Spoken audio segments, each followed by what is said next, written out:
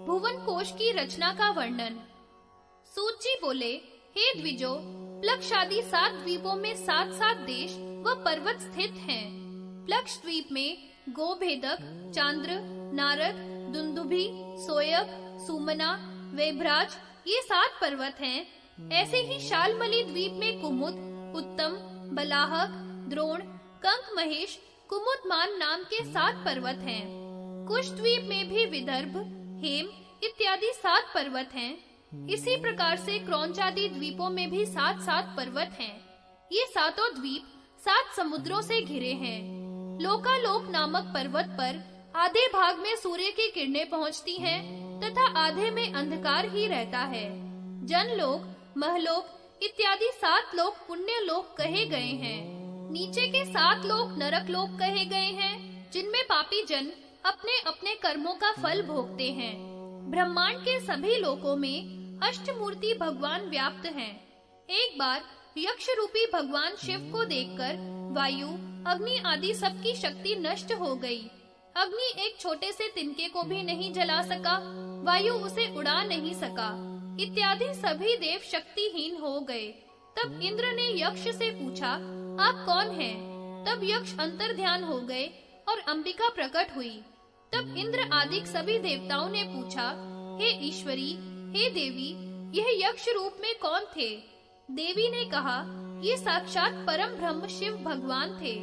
तब तो सबने देवी को प्रणाम किया। देवी ने कहा, मैं ही पूर्व में प्रकृति रूप हूँ और पुरुष रूप शिव हैं। इन्हीं शिव की आज्ञा से प्रकृति रूप में सकल ब्रह्मांड की रचना करती हूँ। हे ब्राह्मणों, यह ज्योतिष गणों सहित सब जगत अजा स्वरूप ही है, ऐसा तुम्हें जानना चाहिए। अंड में ज्योतिष गणों के प्रचार का कथन। सूत जी बोले, अब मैं ज्योतिष गणों का प्रचार तथा संक्षेप से ब्रह्मांड के विषय में कहता हूँ। मानस के ऊपर मेरु पर पूर्व की ओर महेंद्रपुरी है, दक्षिण में वारुणीपुरी है, पश्चिम में अमरावती तथा उत्तर में संयमनीपुरी है। सूर्य जब दक्षिणायन होते हैं तब शीघ्र गति होती है, उत्तरायण में मंद गति होती है। जब आग्नेय में रहते हैं तब प्रहान समय में, और जब नैऋत्य दिशा में रहते हैं तब पूर्वाहन समय होता है।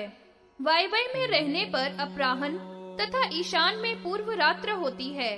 रथ सहित चलते हुए सूर्य की देवमुनि, गंधर्व, अप्सरा, सर्प, राक्षस आदि अग्र षष्ठ से स्तुति करते हुए चलते हैं। सूर्य की गति से ही 30 घड़ी का दिन तथा 30 घड़ी की रात्रि विद्वान लोग कहते हैं। सूर्य ही अपनी किरणों से वायु के द्वारा जल खींचता है तथा पृथ्वी पर वर्षा करता है। जल ही जगत का प्राण है, जल शिव रूप है और अर्धनारी रूप वाले शिव ही सूर्य रूप से जल की वर्षा करते हैं। हे ब्राह्मणों, इन शिव के प्रसाद से ही नाना प्रकार से वृष्टि होती है। सूर्य रथ निर्णय वर्णन। सूत जी बोले, हे मुनियों, अब मैं आप लोगों से संक्षेप में सूर्य के रथ का तथा चंद्र और ग्रहों के रथ का वर्णन करता हूँ। सूर्य का रथ सुवर्णमय है, जो ब्रह्मा ने रचा है। संवत्सर इस रथ के अवयव हैं। यह 3 नाभि का चक्र और 5 अरा वाला है। इस रथ को 9 सहस्त्र योजन का विस्तार है। 7 घोड़े हैं जो छंदों से निर्मित हैं। देवता तथा मुनिजन दिन रात्रि भास्कर रूपी शिव की स्तुति करते हैं।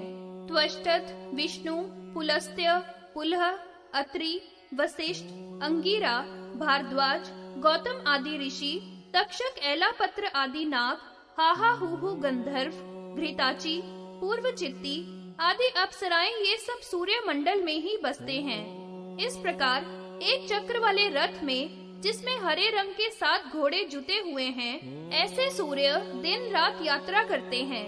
रात्रि दिन आदि का विभाग सूर्य से ही होता है। 7 द्वीपों वाली समुद्र पर्यंत भूमि की यात्रा सूर्य अपने 7 घोड़ों के रथ से पूर्ण करते हैं। चंद्रमा के रथ का वर्णन। सूत जी बोले, नक्षत्रों पर विचरने वाले चंद्रमा का रथ 3 चक्र वाला, 100 अरा और 10 सफेद घोड़ों से युक्त है। सोम देवताओं और पितृजनों के साथ शुक्ल पक्ष में सूर्य से ऊपर गमन करते हैं। पूर्णमासी को वह पूरे मंडल सहित दिखते हैं। कृष्ण पक्ष की द्वितीया से 14 तक देवता उनके अंबुमय सुधा का पान करते हैं। इसके बाद वह सूर्य के तेज से फिर वृद्धि को प्राप्त होता है और पूर्णिमा को पूर्ण होता है। इस तरह कृष्ण पक्ष में कलाओं के क्षय और शुक्ल पक्ष में वृद्धि होती रहती है। पितृ अमावस्या को चंद्रमा में ही रहते हैं और अमृत पान कर 1 महीने को तृप्त होकर चले जाते हैं। इस प्रकार वृद्धि और भय को प्राप्त हुए चंद्रमा को वृद्धि शुक्ल पक्ष में सूर्य द्वारा ही मिलती है। ज्योतिष चक्र में ग्रह चार का प्रतिपादन। सूत जी बोले, 8 घोड़ों से युक्त जल तेजोमय बुध का रथ है। इसमें घोड़े लटे हुए नहीं है, वर्ण सुंदर सुंदर नाना वर्ण वाले घोड़े हैं। शुक्राचार्य का 8 घोड़ों का, मंगल का स्वर्णमय रथ तथा गुरु का भी हेममय रथ 8 घोड़ों वाला है। शनि का लोहे का रथ 10 घोड़ों का, जो काले रंग के हैं, ऐसा रथ है। राहु का भी 8 घोड़ों का रथ है। यह सब बात रूपी रस्से से ध्रुव में बंधे हैं। जितने तारे हैं उतनी ही रस्सी है। ये सब घूमते हुए ध्रुव की परिक्रमा करते हैं। 9000 योजन सूर्य का विस्कंभ है और तिगुना उसमें मंडल का विस्तार है। सूर्य के मंडल से दुगना चंद्रमा का विस्तार है। उन दोनों के समान ही राहु का विस्तार है, जो नीचे चलता है। दक्षिणायन मार्ग से जब सूर्य चलता है, तब सब ग्रहों से नीचे चलता है। उससे ऊपर चंद्रमा, उससे ऊपर बुध, बुध के ऊपर शुक्र तथा शुक्र के ऊपर बृहस्पति, उससे ऊपर शनिश्चर, उससे ऊपर सप्तऋषि मंडल, सप्तऋषि मंडल से भी ऊपर ध्रुव स्थित है। उसी ध्रुव को विष्णु लोक परम पद कहा है, जिसको जानकर मनुष्य सब पापों से मुक्त हो जाता है। हे ब्राह्मणों, मैंने यह सूर्य आदि ग्रहों की संक्षेप से स्थिति कही है। जैसा देखा तैसा सुना। ब्रह्मा ने ग्रहों के स्वामी सूर्य का अभिषेक किया तथा रुद्र ने गुह को अभिषेक किया। इसलिए सूर्य आदि ग्रहों की पीड़ा में कार्य सिद्धि के लिए विद्वानों को यथाविधि अग्नि में हवन इत्यादि से अर्चना करनी चाहिए।